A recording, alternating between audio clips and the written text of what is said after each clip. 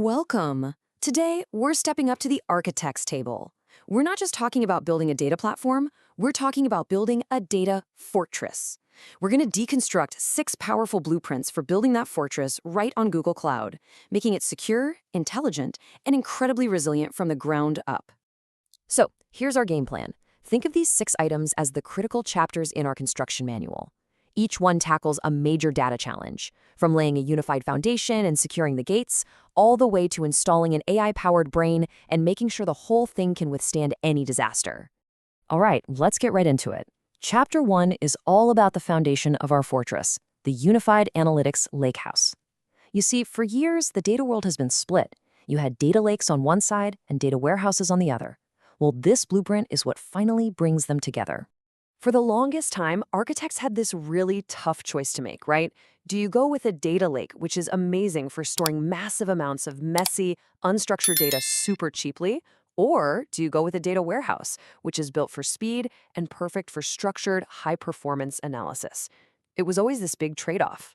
The Analytics Lakehouse just asks a simple question: why choose?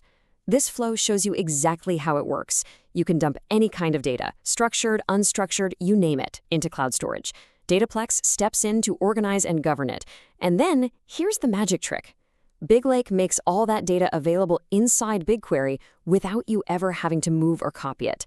Suddenly, you can run SQL queries and machine learning models on everything, all in one place. So let's look at the team of services that make this happen. Think of BigLake as that crucial bridge that connects the two worlds. Dataplex is like the intelligent control tower, providing that unified governance over absolutely everything. And it all leads to BigQuery, which is where the real work, the analysis, happens. It's a truly seamless stack. Okay, our foundation is solid. Now it's time to build the walls. Chapter 2 is all about securing the vault. You know, a fortress is only as strong as its gates, and for your data, that gate is the ingest layer. Honestly, this is where a lot of security strategies fall apart. This is the question we absolutely have to answer. Most security plans kick in only when the data is sitting safely at rest inside the warehouse. But what about when it's in transit?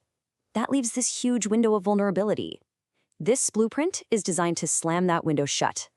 This confidential ingest process gives you true end-to-end security. So here's how it works in plain English. Using a library called Tank, you encrypt the data on your end before it even leaves your system. The key you used is then locked inside a digital safe, which is wrapped by a master key from Google's Cloud KMS. Then you send both the encrypted data and that locked safe to BigQuery. The key thing to remember is Google Cloud never, ever has access to the master key needed to open that safe. So what's the bottom line? You get this incredibly robust, super granular security right down to the individual column. This protects your most valuable data, your confidential alpha, from the second it's created all the way to the analyst's screen. It means that even in a shared environment, only the right people can decrypt and see that sensitive info, and only when they need to. All right, so our data is secure, but how do we make it actually useful across a huge organization? Our third blueprint tackles a problem that's as much about people as it is about technology. How do you empower everyone with data without creating massive bottlenecks? Well, the answer is the data mesh. You see, unlike the old school approach where one central team tries to manage everything, a data mesh completely flips that model on its head. It says, let's treat data like a product. It should be built, owned, and maintained by the teams who know it best. The marketing team owns the marketing data, sales owns sales data, and so on. It just makes sense. And this right here is the exact problem that a data mesh solves. A single centralized data team, no matter how good they are, just can't keep up. They become a bottleneck. And pretty soon, your business is moving slower than your data is. This is where a tool like Dataplex becomes the real hero. It provides that central fabric that makes a decentralized mesh possible. It allows you to unify all this distributed data and apply governance centrally, so you get the absolute best of both worlds. You empower your teams to move fast while you maintain control and security. Okay, we figured out how to decentralize ownership. But how do you govern all of this across a massive global company?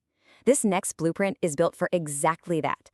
We're talking about a governance platform that can bridge your old on-premises systems with your new secure data domains in Google Cloud. Now, the great thing here is that we're not trying to reinvent the wheel.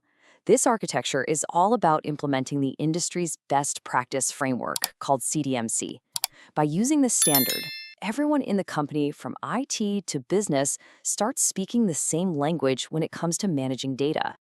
And this slide just perfectly shows where the rubber meets the road. It maps these abstract ideas from the CDMC framework to actual, concrete Google Cloud services. So a requirement like data entitlements are managed gets implemented with something real you can use, like BigQuery policy tags. It's a super practical, provable way to enforce serious, enterprise-grade governance. So our fortress is secure, it's well-governed, now let's make it smart. This is where things get really exciting. We're going to transform our data warehouse from just a storage container into an active, intelligent brain by plugging generative AI right into its core. Think about the old way of doing things. If you wanted to find a trend, like say your quarterly sales for electronics, you needed a specialist, a code wizard, to sit down and write some really complex SQL like this. It's powerful for sure, but it's also a skill not everyone has. Now, imagine just asking. In plain English, the generative AI warehouse makes this a reality. Suddenly, anyone in the organization can get access to these kinds of complex insights. It's a total game changer. And this is all powered by something called the BigQuery Jumpstart solution. It seamlessly plugs the power of Vertex AI right into the SQL workflow that your analysts already know and love. You just call a function from your query, the model does its thing, and it hands you back a summary in plain English. It's really that simple. And at last, we come to our final line of defense. Our last blueprint is all about deploying an automated resilience protocol. This is designed to protect you against a silent killer of data integrity, the unavoidable reality of human error and system failures. In your resilience toolbox, you've got two main tools for two very different jobs. BigQuery snapshots, think of these as your tactical tool. They're perfect for quickly recovering from common mistakes, like when someone accidentally deletes a table. They're also super cost-effective.